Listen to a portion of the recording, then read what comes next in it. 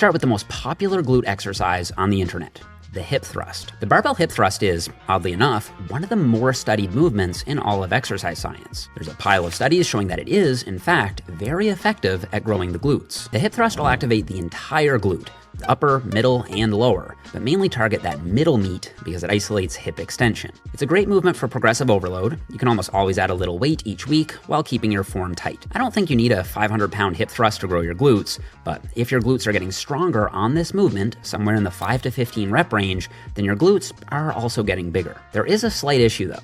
A lot of people find that the barbell pinches their hips. You can alleviate this to some degree by using a big cushy pad, or even rolling up some yoga mats, or by strategically placing the bar in that cushy crease of your hip below the anterior superior iliac spine and above the pubic bone. But even if you avoid that painful pinching, it can still feel awkward. It also takes time to set up, especially if you don't have a hip thruster platform or if you're loading a lot of plates. The hip thrust also doesn't get the glutes into a super deep stretch. Even a deep range of motion hip thrust only gets the glutes into about 90 degrees of hip flexion compared to the 130 degrees of range that's possible for most lifters. But this isn't as much of a deal breaker as you might think. I don't know that the glutes need an ultra deep stretch to grow.